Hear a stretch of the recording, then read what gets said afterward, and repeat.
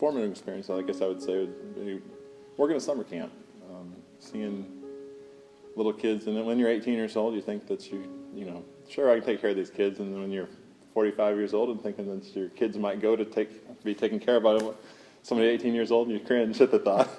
And I'm sure the parents thought the same thing of me at the time. The kids would come up and tell you stuff. And I had one girl she was the only girl that wanted to take archery. She took it a couple years in a row. And she wanted to tell her archery director that she was choosing to be baptized that week. And it was a humbling experience to think that, these kids somehow, God's using the guy swatting flies out in the archery range, and somehow it's making an impact on these kids that they want to follow Jesus. My name is Brent. I was born and raised in Knoxville, Tennessee. I've lived here in Dalton since about 2005, and I work at Hamilton Medical Center, and I put people to sleep and usually, hopefully, wake them up at the end of the surgery. One experience in college was, I kind of figured I'd go into medicine, but I wasn't like, I have to be a doctor for, that wasn't necessarily what I was committed. I was just doing the prerequisites and leaving it open. And then I got up to the first test in physics my sophomore year, and I realized how unprepared I was for that test. And I had read Gifted Hands by Ben Carson. I remember him talking about his first chemistry test, or one of his chemistry tests, where he had gone to bed and prayed that if God wanted me to be a doctor, he'd get him through this test and he wouldn't let that happen again.